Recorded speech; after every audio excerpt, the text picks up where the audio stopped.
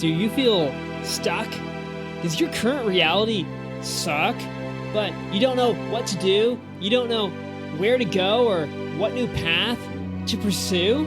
We need an escape plan, a superhero cape to teleport us into our unconscious, that big, wide world within, full of invisible treasures waiting to be discovered. This is episode number 33, 5 portals into the impossible. How to unfocus to unlock your potential. Today we are gonna discuss 10 portals or gateways or doors into that unconscious world of possibilities and imagination, that never-ending landscape where anything can happen. It might initially seem like a total waste of time. I mean, we've been told and trained to focus on the problem. Focus, to think and work harder, to just put in more time, more effort, to squeeze out all our blood, sweat, and tears. But that's only part of what you should be doing. Yes, focus and hard work is important. It has its time and place.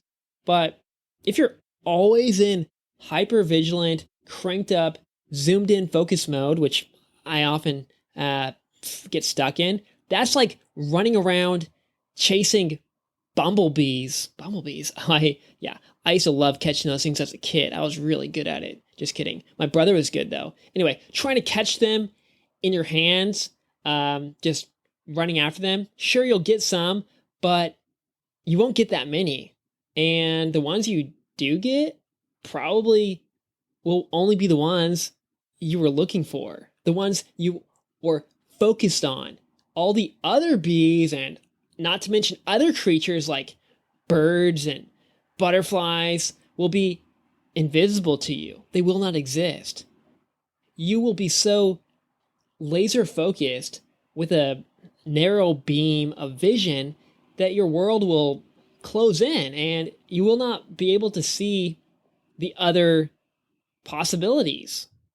If instead you simply open up your window and perhaps put some fruits and flowers on your floor, maybe smash some blueberries on your wall, put some daisies on the ceiling, just get it all gooey and polleny, dusty, covered in fruity, flowery magic. Yeah, do that. And the bumblebees, oh, trust me, those bumblebees will come buzzing in. That's what they say. The bumblebees will come buzzing in. A lot of bees, a lot of them. And birds, butterflies, and dragons, flocks and storms of these flying creatures. Ones you didn't even know existed and definitely never would have thought to look for yourself. Ones that perhaps did not even exist until now, when you are creating and discovering them in your unconscious. All kinds of creatures like toucans and pterodactyls and helicopters and airplanes will come gliding in, popping into your brain, melting into your life, inviting you on a new magic carpet ride, an adventure that has the potential to transform you and change everything. The processing speed of the unconscious mind is about 1,000,000 times faster than the focused conscious one. The rational, intellectual mind, the central executive network, largely but not exclusively located in the newer structures of our brain, like the prefrontal cortex that we so treasure and worship and obey. Some say that those more primitive and passive parts of the brain can process over 10 million bits of information. And this is just a random number, but you get the point. Every second, millions and millions of bits of information every freaking second, every hour, every day of your life. While the focused, hyper-rational mind can only do like 60 bits per second. That's like the difference between having a dusty old, rusty old World War II era computer that probably doesn't even belong in a museum, just belongs in the landfill, versus a quantum computer that was gifted to us by aliens that can transport you at light speed across the universe to new galaxies, like some kind of technology from the gods. The rational mind can move you forward, yes, but only bit by bit, step by step. But the unconscious allows you to make quantum leaps, to create exponential change, to escape beyond the limits of time and space. Space itself does not exist there. In that dreamy wonderland of your unconscious, everything is interconnected, woven seamlessly together. Time, past, present, and future, all collapse into one. There is no time. This Rocket Blaster 3000 can take you to places and show you things that you never thought possible, and that will remain invisible to you if you stay strapped to this slow prefrontal tricycle, your little pogo stick. Bam, bam, bam. Yeah, you want to bounce on that thing? Enjoy your bounce, but you're not going nowhere. That will bounce you in a slow, linear way, maybe getting you to the local library or some other destination within town that you're trying to get to, but it isn't going to show you anything new, and it certainly isn't going to teleport you into other dimensions. It is useful sometimes to just shut off our unconscious, to dim down that scary, murky world of possibility, mystery, novelty, and magic. Sometimes we just gotta get the work done, get it done, to focus on the task and follow the calculated linear path, to obey the rules. But there are already like a billion too many productivity hacks and books and podcasts out there. I'm going to barf if I hear another one. We don't need any more. At least not today. I don't want it. Go somewhere else if you want it. It's not going to be here. We are living in a world where it is beaten into our head, slapped all over our backs, that productivity, focus, and hard work are the keys to success. That numbers and figures are the answers to our problems. That the rules of the past will take us into the future. That is a path to success, health, and happiness. Before getting into all the actual practical steps or discussing the 5 secret doors, the portals, into that fast, unconscious, fantastic land of discovery and possibility, let's first do a quick dive into the theoretical overview of the 2 systems or channels or whatever you want to call them that physically and mentally and experientially exist in our brain, in our body, in our lives. Our 2 primary modes of perception, our lenses, our glasses, our cameras through which we view everything.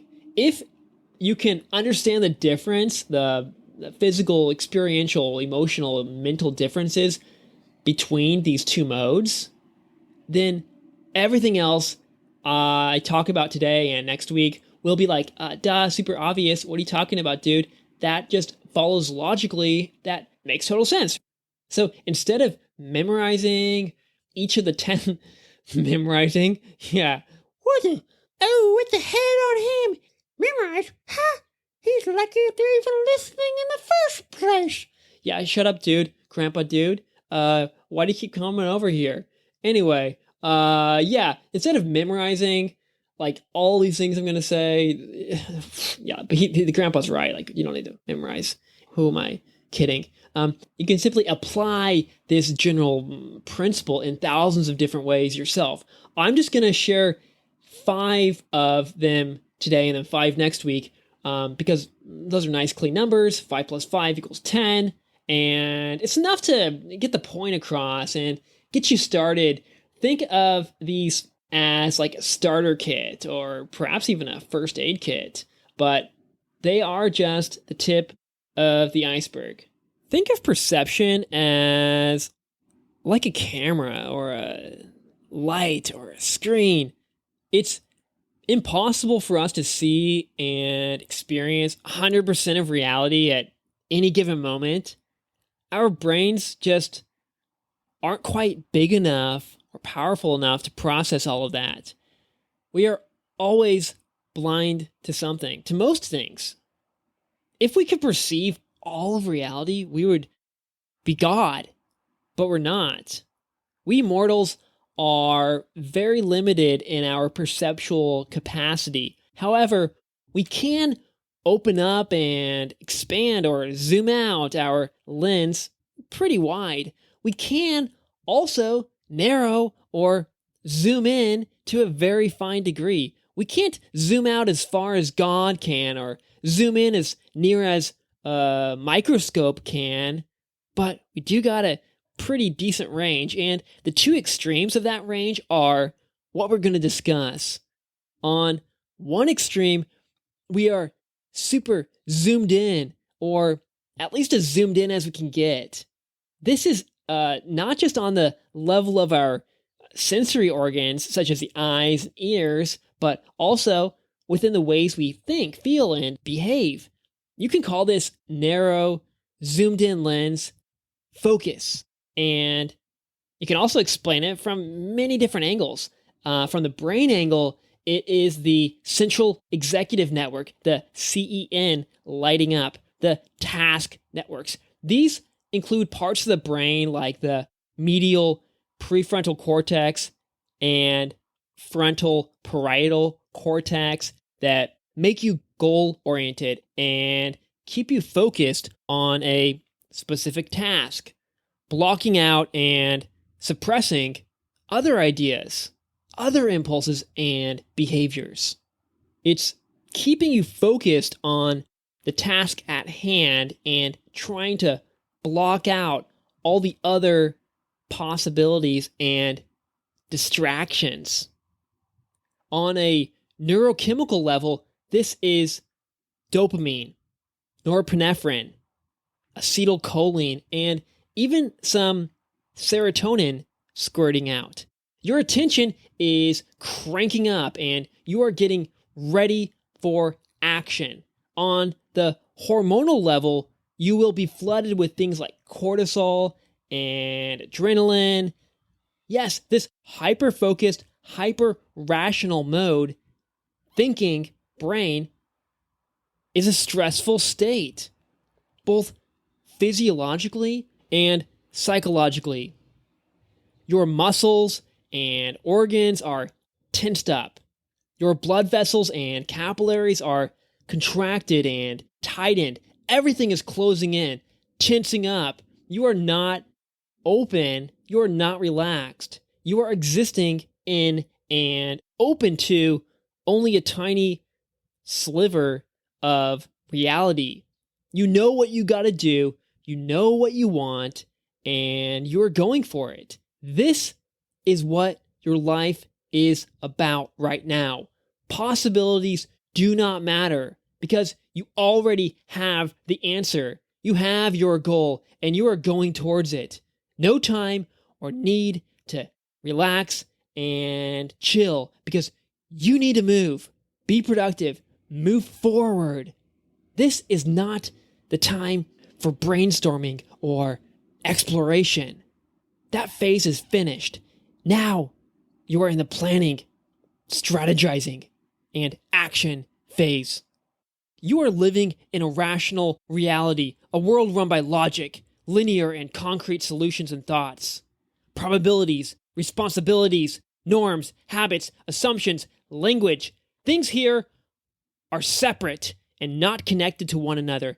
There are pieces that can be put together and arranged in this way or that, but they are ultimately perceived as each containing their own separate identity. You are alone, a mind disconnected from the body, other people, objects, and the larger universe.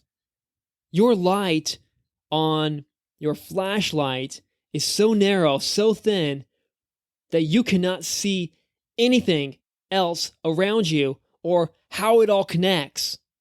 You've got blinders on because you are on a mission and the race has begun. Who cares if that horse track doesn't really matter or doesn't even exist or is the size of a grain of sand? It's all that matters right now from the perspective of your current tiny self. Contrast this with the opposite mode of perception, unfocus. Here, you're zoomed out, getting a big panoramic view of things. You can see and feel the horizon, the possibilities. Life exists in fully immersive 360, 3D, everything interconnected, and you are not focused on anything in particular. You are relaxed, calm, and taking it all in.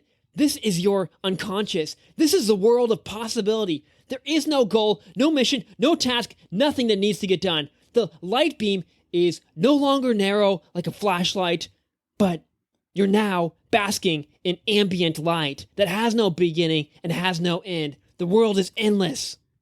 In this spaciousness and infinity, anything is possible because nothing is restricted. All of those wild creatures, imaginary or real, can freely roam and grow, and this is a world of imagination, possibility, the future, the place where dreams come alive and new ideas burst in from random surprising directions, effortlessly, easily, like those creatures flowing in through your window and landing on your hand, swimming through your brain, showing you the future possible versions of you.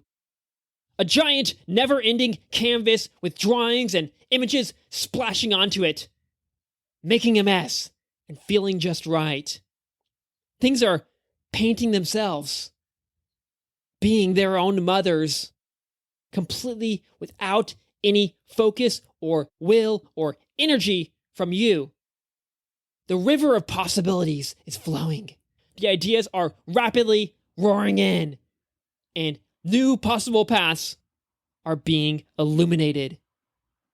The beautiful thing is that you can take these newly illuminated paths and ideas, pluck them from this land of imagination, and transplant them into the rational, practical world of your ordinary existence, reality, life. In the unconscious, in the realm of unfocus and fantasy and possibility, you can find and discover your way. And then you can bring all that back to the conscious world of focus and action and do something with that unreality.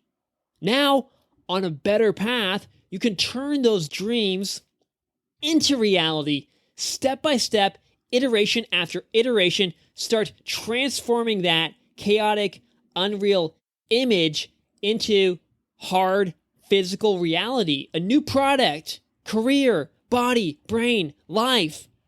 It sounds like spiritual new age trash, but this unconscious world of unfocus is too powerful and too bountiful to waste. As Srini Pillai so beautifully explains in his book, Tinker, Dabble, Doodle, Try, what we often need is not to work harder or to focus more. What we need is to relax. Relax our various body parts. Do nothing. Take breaks.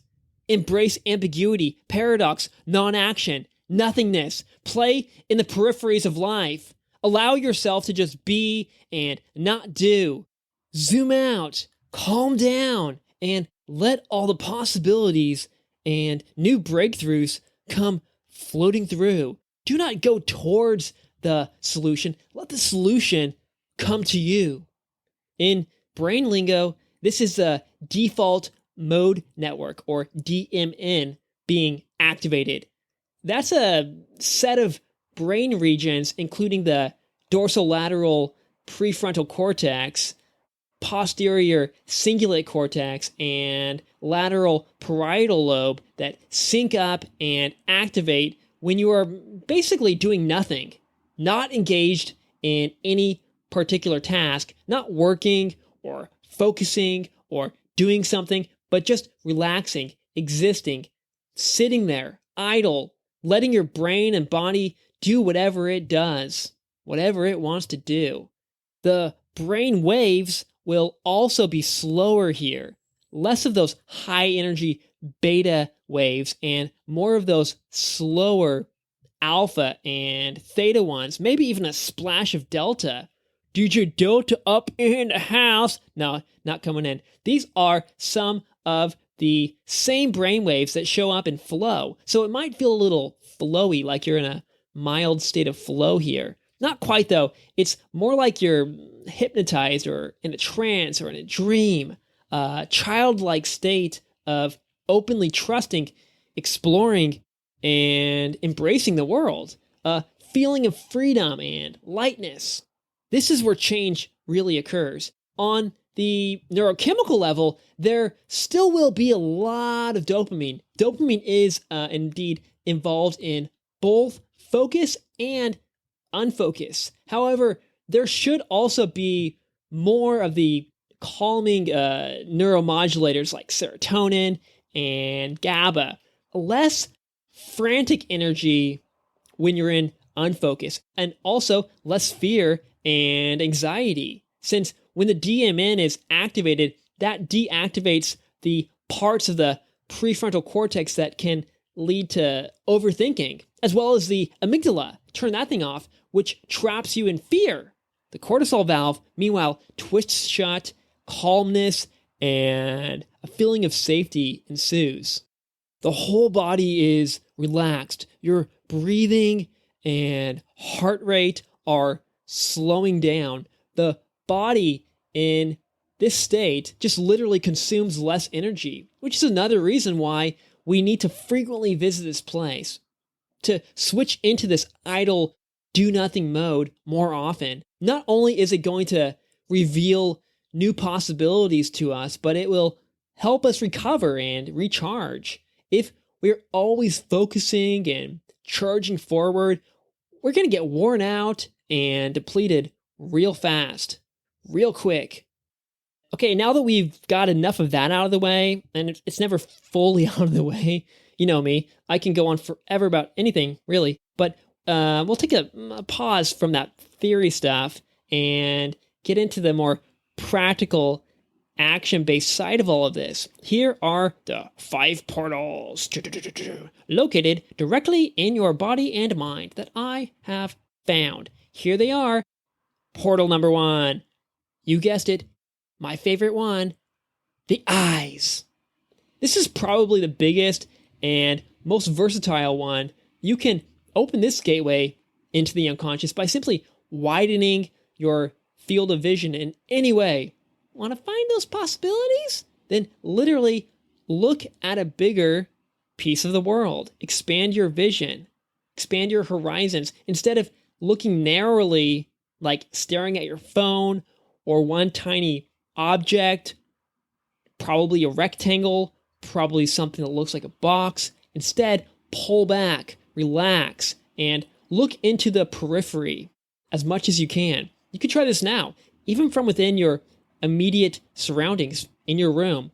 Drop the phone or whatever you're focusing on, step further away from the wall, open up and expand your visual screen or world in front of you. And what will happen is new objects will correspondingly begin to emerge, come into your view. It's basic math, really. More space, more stuff.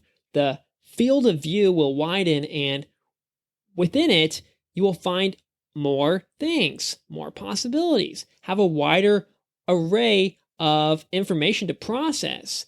For example, the cheeseburger wrapper on your floor from last week, the fly on your wall. Okay, let's not just do like nasty, gross things, but like normal stuff, like beautiful stuff, like those flowers on your desk, your sister on the sofa, the clouds silently whispering to you, staring at you through the window. These are things that were literally invisible to you a second ago when you were in that near, lasered in, focused in mode of vision. Attached to these objects are also possibilities. That cup can be picked up. You can do some push-ups on that empty space on your floor. Ooh, look over there. It's a door. It opens up the possibility for me to go outside. And then, oh, whoa. All the delicious and terrifying possibilities out there. Where do they end? And that's just the outer world. The inner world is a billion times bigger, with exponentially even more possibilities and things, and accessible anytime, anywhere at lightning speed. You don't have to travel far at all to reach the possibilities in there. But you might need to pause, be patient, and wait.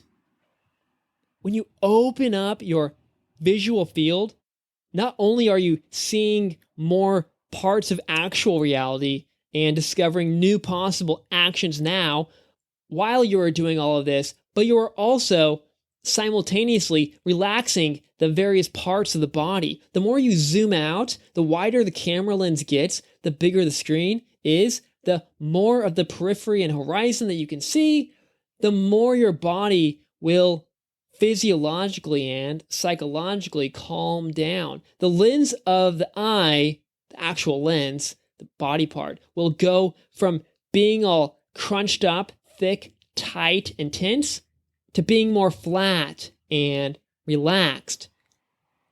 Your pupils, although this also depends on a lot of other things, a lot of other factors too, for example, what you're looking at, what you've been consuming, and so on, your pupils will dilate, get bigger. They will be more open. They will open up, letting more light in, more of the world into you, more imagination, more information out there in the world to enter inside you, to become you.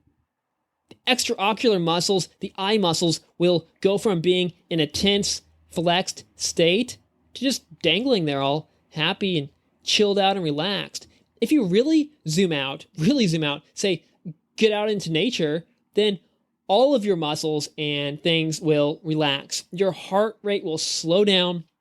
Your systolic blood pressure will drop. Your eyes will be taking in more of the world, but nothing in particular. You will see more generally, but less specifically. Same thing if you're staring out at a horizon, out your window even. And this will start deactivating the hyperrational prefrontal cortex of yours and start switching on that default mode network.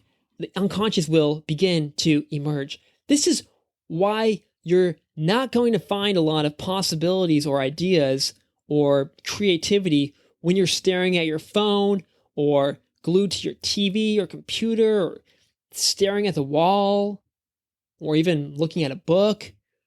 Though the wall probably is better than the tiny gadgets, though that depends on the wall, I guess. What kind of wall do you got? I just got a standard white one, kind of dirty white. But you will get the most breakthroughs in ideas, see more possibilities, new horizons when your eyes are wide open and relaxed. When you're viewing things from a distance, like when you're out walking around, not doing anything in particular, or looking out off in the horizon, watching the sunset, looking up at the moon, or traversing through the open expansiveness of nature. Closing your eyes, shutting those eyelids is another way to get a similar effect. By closing your eyes, you are also relaxing all of those different parts of your eyes and body that we talked about. You're switching on the unconscious. It's definitely a scary and unpredictable, chaotic place in there. You don't know what's going to pop in and surprise you, but that's the whole point. We're here for discovery, exploration, to open ourselves up to new possibilities, to revolutionize our lives so that we can get unstuck, let go of our current reality, and enter a new one that, yes, might be scary or unsettling or seems stupid or ugly at first. The brain likes to keep doing things in the same usual way. That's easier. It takes up less energy. It wants to be in control. It doesn't like the cognitive dissonance or confusion of this new contradictory stuff popping in, trying to steal its crown. So normally we shut it out or ignore it. If any new possibilities do show themselves, we'll likely just push them away, at least until we're ready. We'll call them stupid names and rationalize them away, never considering that they might be our friend, our true self. So maybe it's time for a new sheriff in town, one with eyes wide shut. Let those new wild ideas pop in while your eyes are closed, and don't immediately just kick them out. Let them chill, and maybe after a while, your brain will get used to them and just let them stay. Wild, dangerous, and too big at first, they become the new norm. Once strangers, now friends. Once impossible, now reality. Okay, so yeah, portal number 1, your eyes. Widen your field of view. Look at things from a distance. Close your eyes. Those are some of the keys into this eye portal. There are a lot more ocular keys, but we'll leave it at that for now. Let's go to portal number 2. Movement. Humans, like basically all animals, were built to move. Duh, obviously. But the way we move, the speed, the angle, and all of that deeply affects our brain state and perception. Think about how you move when you are focused and really trying to get somewhere. How do you move? You move faster. The speed increases. You also probably move more in straight, rigid lines and turn at sharp right angles. You have a plan that you can probably draw with a ruler. Maybe you're following the route that Google Maps gave you, and yes, you will get to your destination much quicker this way, most likely, and that's the whole point. But when it comes to idea generation and opening up the tank of possibilities, when you want, for example, new creative inspiration, that is not the way to move. That is not the way forward. Slower movements will work much better, and I'm talking really, really slow. You might think, well, why don't I just sit still then? If slower is better, isn't stillness, isn't complete motionlessness the best? That's certainly definitely not a terrible choice. Just sitting there, and preferably with your eyes closed or with a big wide lens, will help you generate new ideas and possibilities. But like briefly mentioned before, dopamine is required not just for getting into that focused mode, but also it helps run that default mode network of Unfocus, cracking open the unconscious, pouring out its contents. We all know from experience that light, gentle movement is one of the keys to unlocking our unconscious, and that's when a lot of our breakthroughs and ideas suddenly pop in. Walking, gardening, doing the dishes, mowing the lawn, bouncing a basketball, kicking around some rocks, maybe skipping them across a pond. One reason why this is the case, and this is just my own unproven hypothesis, is that these actions turn on just enough dopamine. Not too little, not too much, just right. That baby bear's little bowl of dopamine to get us into that sweet, unfocused state. Not conked out unconscious, but also not hyper wired up and overly conscious. Just a little bit, just enough, so that we can remain in that low, unconscious, dimly lit land, but not completely conked out, sinking to the bottom of the ocean. We're close enough to the surface, we can swim atop the unconscious sea and experience and remember it with our head just above water. We are like mermaids or Jesus, existing partly in heaven and partly on earth, a gateway between two realms.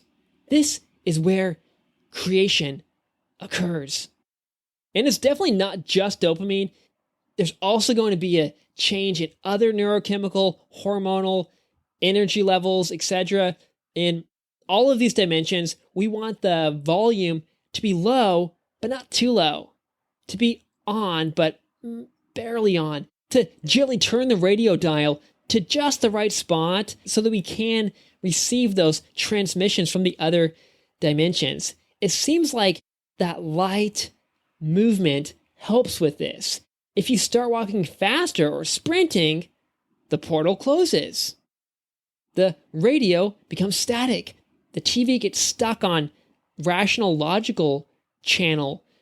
You then snap back to life, fully planted on Earth, in this supposed reality, the rational realm of focus and productivity. So move your body, move your mind, but move slowly. Another aspect of movement we need to consider is fluidity and curvature, shape. Jerky, sudden, rigid movements are going to snap you out away from the unconscious and bring you back to the hard, concrete reality of knowledge, reason, and probability. So if you're trying to get somewhere specific real fast, sure, sharp turns around the corner and plowing down the street like a bulldozer, a freaking snowmobile will probably be your best option. But that's going to rip you away from your unconscious. Wake the baby up, you know? It's just going to wake up and it's going to be killed. Don't kill a baby. Come on, who does that? You will be able to go down that particular path very well, but you will not be able to discover new paths or new possibilities. You'll be trapped on one tiny conveyor belt of reality. That's fine if that's the product that you want to be, that you want to keep becoming, and that's the factory that you truly want to live in, to work in. But maybe you want to discover and become something new. Then what you want to do is move in more wandering and meandering ways. Don't walk down the paved yellow brick or concrete road. Doodle with your legs, walk or dance or whatever in more smooth, curvy ways. Don't go down the hard beaten path that you go down every day. Wander, and not only will you find and perceive new things and places in this existing reality, maybe perhaps, for example, bump into a new person or discover a new tree or park or restaurant or a future friend or cool little shrub, but your mind will simultaneously be generating and revealing thousands of new ideas that are being unlocked via these slow gears, these smooth, slow, wandering movements. Movements shaped not like rectangles or squares, but fractals, complicated mathematical patterns. The sweet spot is going to be different for each person, of course. So play with different speeds, different shapes, and different curvatures, and find the ones that best unlock the door to your unconscious, causing the most ideas to pour into you. All those jerky, rigid movements generally aren't going to hold the key, and neither are linear, logical paths, at least not for 99% of people. This goes for any bodily movements, including your eyes. Darting, shifting your eyes around this way and that is going to snap you out of the unconscious and keep you fixated on what is right there in front of you, existing now. It's going to flick on your blinders like a freaking horse and block out your periphery, switching on the focused mode, high alert, high stress, high productivity, and high predictability.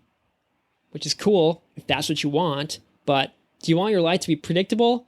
I think it's been predictable for long enough already, don't you think? When you smoothly trace the visual world in front of you, the more calming that will be, and the more random ideas will start to flow and pop in. In today's chaotic world, a multitude of fast and dangerous items are constantly invading our field of view, raping our eyes without our permission, especially if we're living in a big city.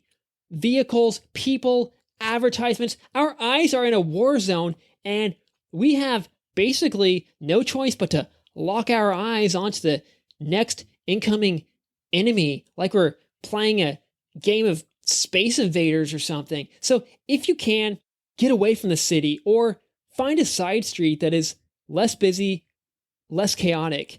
If you can, get away from the city.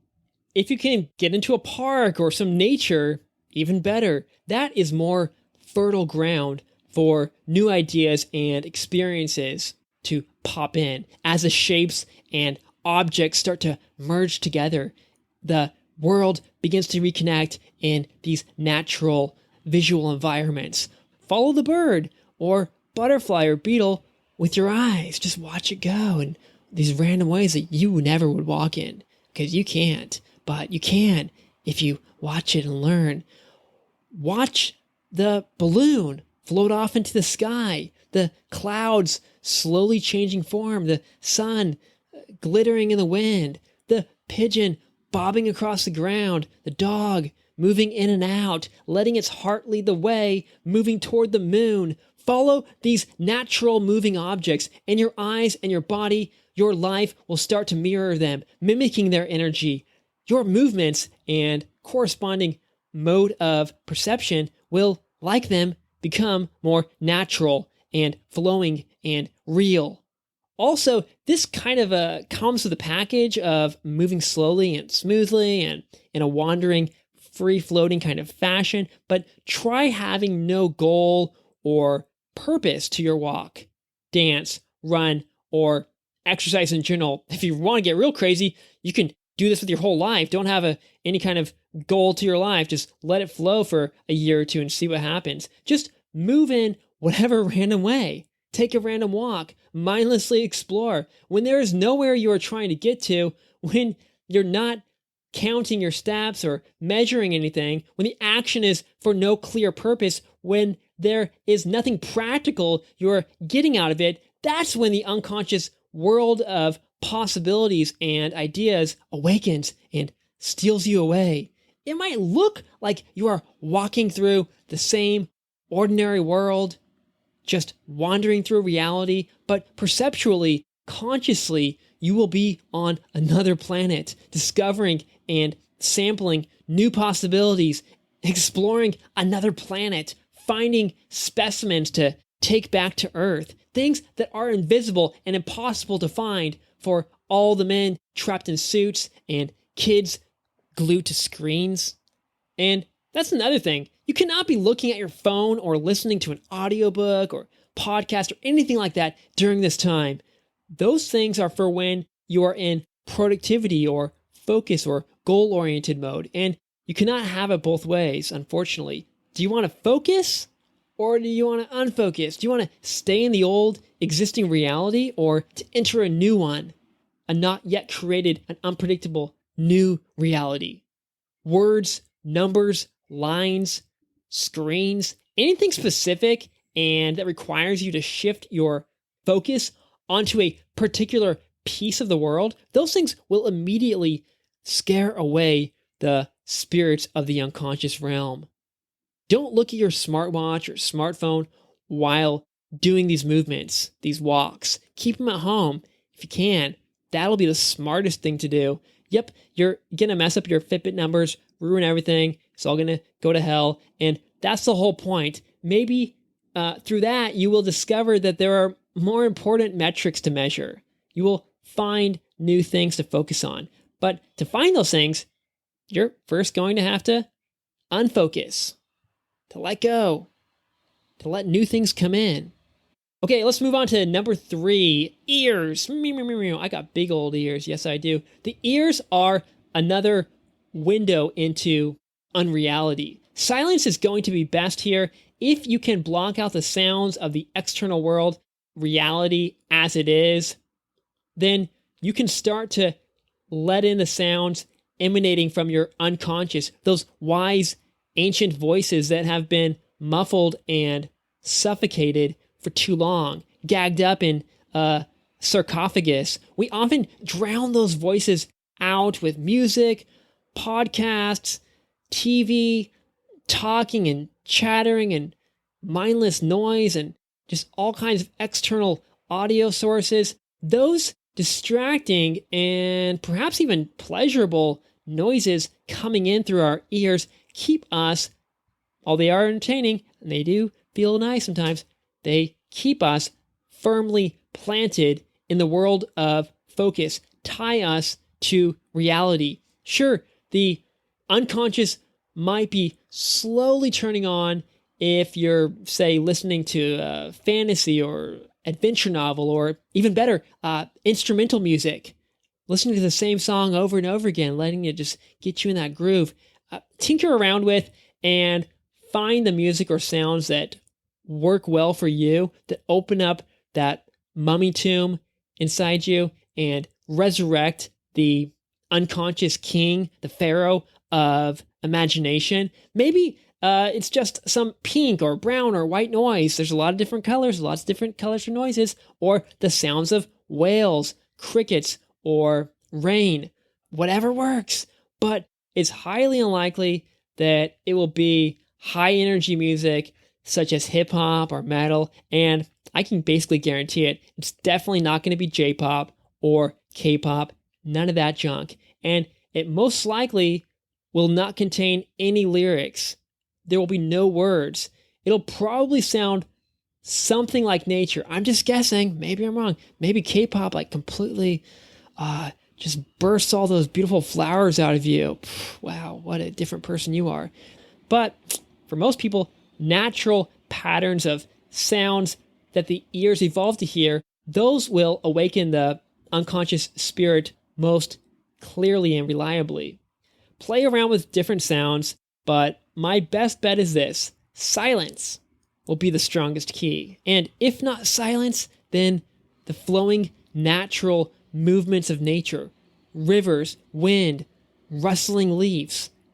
It's the same principle we were talking about before with vision and movement. Your unconscious loves and thrives in smoothness, fluidity, slowness.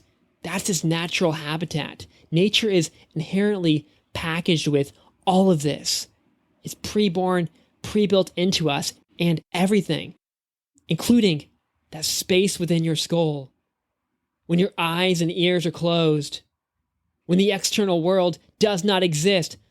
I have this problem myself too. We all do in our own way. For me, it's spending too much time listening to audiobooks and podcasts, reading, trying to get things done, increasing my knowledge like it matters, feeling like that's somehow going to take my life where it needs to go. But deep inside, I know it's only part of the equation, an important part, but only part. And this is probably something you've noticed for yourself too. My biggest breakthroughs and moments of productivity and creativity have come when I wasn't trying to be productive. I wasn't focusing on learning or doing or any of that. It was when I was wandering around, doing nothing, merging into the water of the bath, melting into reality, meditating, daydreaming, napping, sleeping, singing a silly song that has no name because I'm just making it up right now on the spot. That's when the ideas and true knowledge pop in and transform my life. You do also get some of that from the rational, focus-based approach of traditional education, but why not diversify your psychology a little bit? Spend more time in the school of the unconscious. Those teachers in there are custom fit to help you, your own ultimate AI personal assistant, connecting you with your vast, chaotic library of past memories and experiences, your body and your brain. Sit in silence, and the inner sensei will speak. Well, it's always speaking, but now you will be able to hear it. You will be able to receive its lessons. So turn off the noise, however important it might seem, and turn on the silence. There is more information contained in 10 minutes of silence than in 10,000 books. Guard the auditory entrances to the temple of your mind. Stay away from noisy streets with advertisements blaring and horns honking and motorcycles screeching by. Blow your silent whistle. Shut it all off whenever the audio rapists push their sharp, rigid phalluses into your ears. Keep away from idle chatter and gossip. Turn off the news. Throw away your TV if you can, if you got enough courage to do so. Get rid of as many sources of noise pollution as you can, because those noises are polluting your beautiful river of future possibilities. They are squeezing away the juice of your life. Keep listening to that junk, and your life will stay junk. Protect your holy inner waters, and the spirits will whisper their winds of possibility into you, taking you away into a whole new world. Okay, gateway number 4, portal. Let's find a new portal. Oh, look at that one. It has number 4 on it. And hands? Yep, portal number 4, hands. Am I high on crack or something? I don't think so, but it's possible. How can hands be so important? Portals into other worlds? Yep, this isn't just crackhead Mike speaking. No. Let me try to explain. These hands are big deals. Human hands are very special and unique in that they allow us to use tools, pencils, markers, hammers, paintbrushes, pianos, guitars, puppets, vaginas, if you're those guys who are really good at fingering. Yeah, you can do a lot of things with hands. And since the hands, like every part of the body, are ultimately connected to and communicating with the brain, the hands, via the tools they use, can visually show us what's going on inside that brain of ours.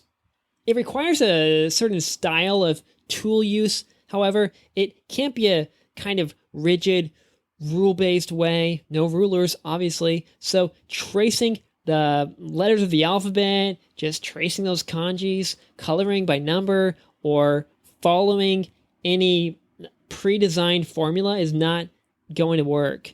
If you want to use a recipe for your art, that's great. Go at it. Have fun. It will get you a finished product, a dinner to eat, some chopped wood to heat your house with, a picture or book to try to sell. Good luck, though, because it's probably going to be not very interesting. We got enough of those formulaic books, don't you think? So there are practical, standardized ways to use tools, and then there are ones that are more spontaneous, improvised, free, playful, non-rule-based. These might not reap you immediate practical benefits or results, resources in the physical world, money. No. You'll be like, oh, I hate my job. I want to go home and do my real work. Yeah, but they will give you immediate, non-tangible rewards. They will transport you into that unconscious land of possibilities and imagination, the place where your authentic self is waiting for you. And if you spend enough time there, in the long run, will pay off. And maybe sooner than you think. So how should we use our hands? I usually just slap them around and flick things and, put them in my nose. No, I don't do that. I do sometimes, though. The same way you use your eyes or any other feature of your body. Smooth, slow, wandering, non-goal oriented, playful, explorative movements. And give yourself a lot of space to work with. The bigger the page, the bigger the canvas, even the bigger block of time you got cut out for this, the better. And move the hands slowly. No sudden, jerky movements. Let things flow and curve and go this way and that. Don't try to control the brush or pen or keyboard or ball. Let the images or words or whatever emerge on their own. Let it be complete garbage. That's what it is. If that's what it wants to be. Just write and just watch what words appear. Don't judge them. See the art emerge naturally. Don't judge it. Don't focus in on any particular treasure coming in. Well, it might be treasure, it might be trash, but just let it be. Remember, there is no goal here. There is no good or bad or anything like that. You don't need to publish this or sell this. Your boss isn't going to see it. Just let your hands excavate the hidden contents of your unconscious. Let them show you what is possible. You can dust it all off and reshape it later on, but for now, you've got to shut away the rational, judging mind when these hands are hard at work. Well, actually, not hard at work, but more just being worked by the universe, by the artistic fairies of the universe. The big genius prefrontal cortex just gets in the way. It's going to keep trying to come in, however, it's going to happen. It's going to keep coming in and knocking and bumping things around and ruining things and trying to interrupt, but just ignore it. Say hi and ignore it. Eventually, it'll give up and let you just do your work in peace and quiet, finally. And then, when the hands and unconscious have finished their job, the treasures can then be cleaned and sorted by the clever conscious mind, which is great at doing things like editing, organizing, judging, and sorting. That's what it prides itself on and is obsessed with. It loves to make things look pretty and presentable and organized and neat and impressive. The unconscious doesn't care about all that, and in fact thrives in messiness, chaos, contradiction, and disorder. So just let all that craziness and madness come rushing out. Splatter that complex, confusing, ambiguous chaos onto the page or into the air or wherever it goes, in whatever form it merges. Let the treasures just spill out and ruin and remake your life. Words work okay here, but warning, if you hold too tightly to them, they will stay glued to the intellect, which is their home, and thus lose a bit of that magic and remain incomplete. They are inherently, at least partially, polluted by the rational mind. Still, if you give them enough freedom and let them frolic like leprechauns, they will bring you to that pot of gold. If you trust them, the hands will guide you reliably, showing you a mirror into your unconscious, placing you on a ship under a clear sunny sky, and blowing you to where you need to go. Some mirrors are a bit foggy though, harder to steer.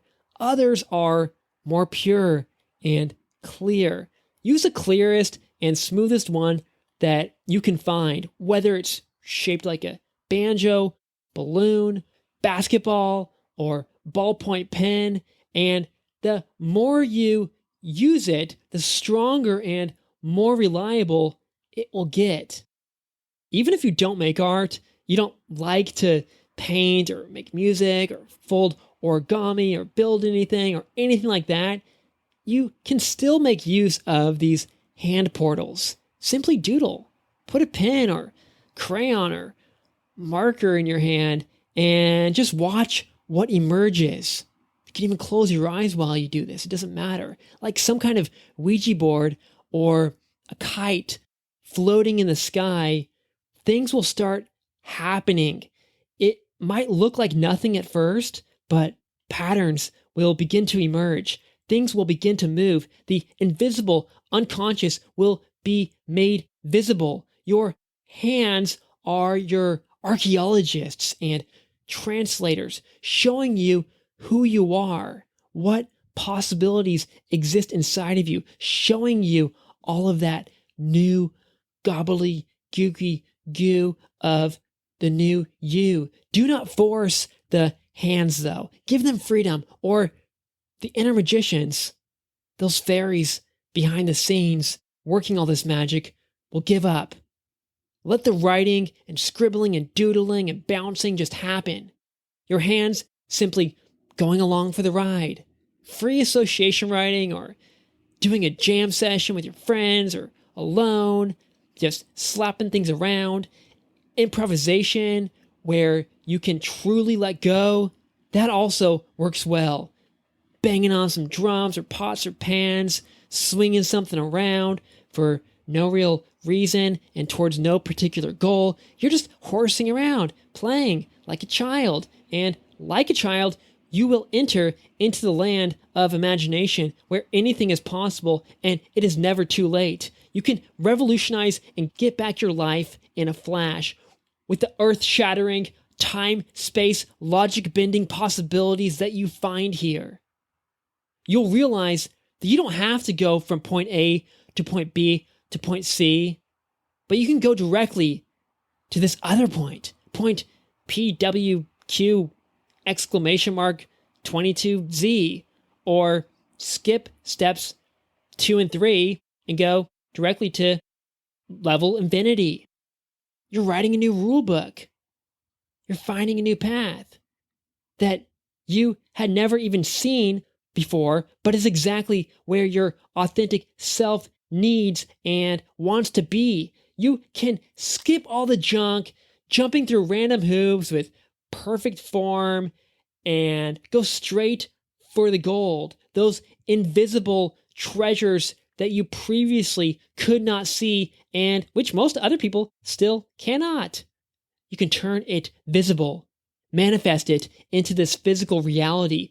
People might call you a genius or madman or entrepreneur, but really you're just a dude who stood there, did nothing, and let his hands, his body be moved by the natural flowing energy of the universe that exists inside of him.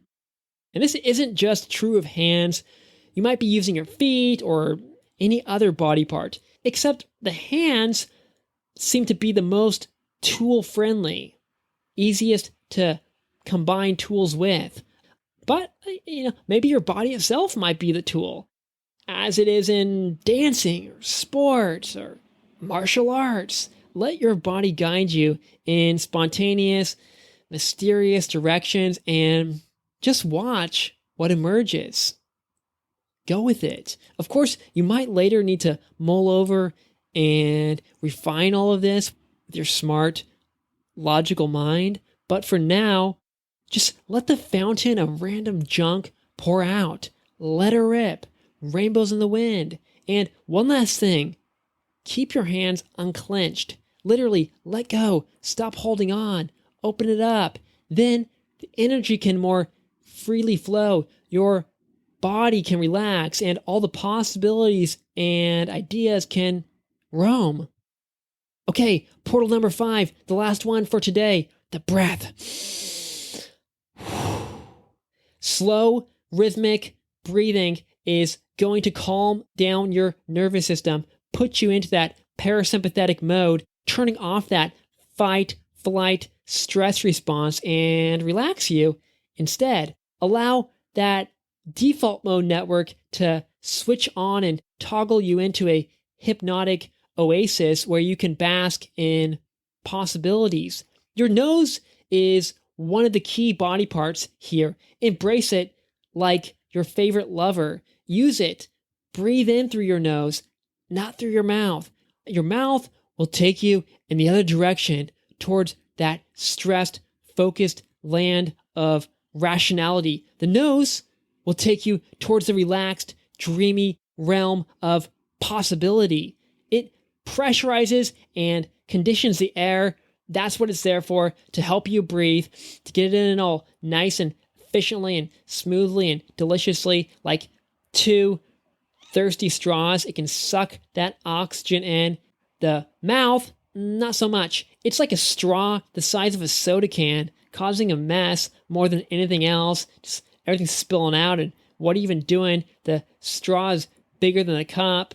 Breathing in through the nose also increases nitric oxide production, so that means bigger, wider blood vessels and capillaries. Yummy, yummy, yummy. More oxygen and nutrients flowing to all of your cells and your brain. That's going to put you into a state of calm. Oh, yes, it will. You can guarantee that. Where you can relax. You have no need to go hunt and fight for more resources, more things. You've already got all you need. So you can just sit back, relax, and let that NO2 pump in, taking you off to Never Never Land. To amplify or further power up this breathing portal, you can also try humming, which also boosts nitric oxide production and just vibrates and opens up your entire body. A simple hum will do, or you can hum your favorite tune, sing a hymn like a Mormon, or chant like a monk. I'm sorry you guys had to listen to that like 2 episodes in a row. Ribbit like a frog. Ribbit, ribbit. Moo like a cow. Yeah, I can't even do it. Make the sound of an angel opening up heaven's gates. Yeah. Oh, there we are. Hello, mother. Oh, yeah. Let all that calming, heavenly energy penetrate your spirit. Some ways of breathing that are going to conversely lock the door to the unconscious are short, rapid breaths, chest breathing, mouth breathing, too much inhale and not enough exhale. The inhale is where your body is ramping up, getting into sympathetic, focused movement, merry-go-round mode. The exhale, breathing out, is where your body shifts into parasympathetic mode, the unfocus. So extend your exhale and breathe with your diaphragm, that muscle right at the base of your ribs. Let it go up and down like a piston to this meat vehicle. When you use your diaphragm, your whole body just opens up more. When you breathe and talk from further up, like in your chest or throat, like I have the tendency to do, but I'm trying to get better, everything stays contracted and small. You want to expand that body of yours, because when you expand your body, you expand your mind. Open body, open mind. Closed body, closed mind. If you want to discover new possibilities, if you want the imagination to wash over your being, then open that body up. Breathe from deep in your belly, your hara, your center. Let the diaphragm pump, pump, pump, and blast you into that other planet. The chest will keep you stranded right here where you are, tired, out of breath, lost, and directionless, without meaning. With right breathing, you can find your true path. Whew! We are going to stop it there for today. Thank you for listening. Please feel free to play around with these 5 portals: the eyes, ears, nose, breath, and movement. Pop your head through them. Let their flickering lights wash over you. Splash around in their bubbly magic. Mix and mash. Smash them together in different ways. Make your own recipes. Make a mess. Explore and pick up treasures from behind their doors. Also, look for more keys specific to you. Look for more portals too. Next week, I'll be back with 5 more secret doors. Well, they're not secrets because I'm going to give them to you right now. They are posture, the mouth, space, time, and identity. Safe travels, my friends. Let the world of possibilities open up, and let the force be with you. Splish splash, happy dreams.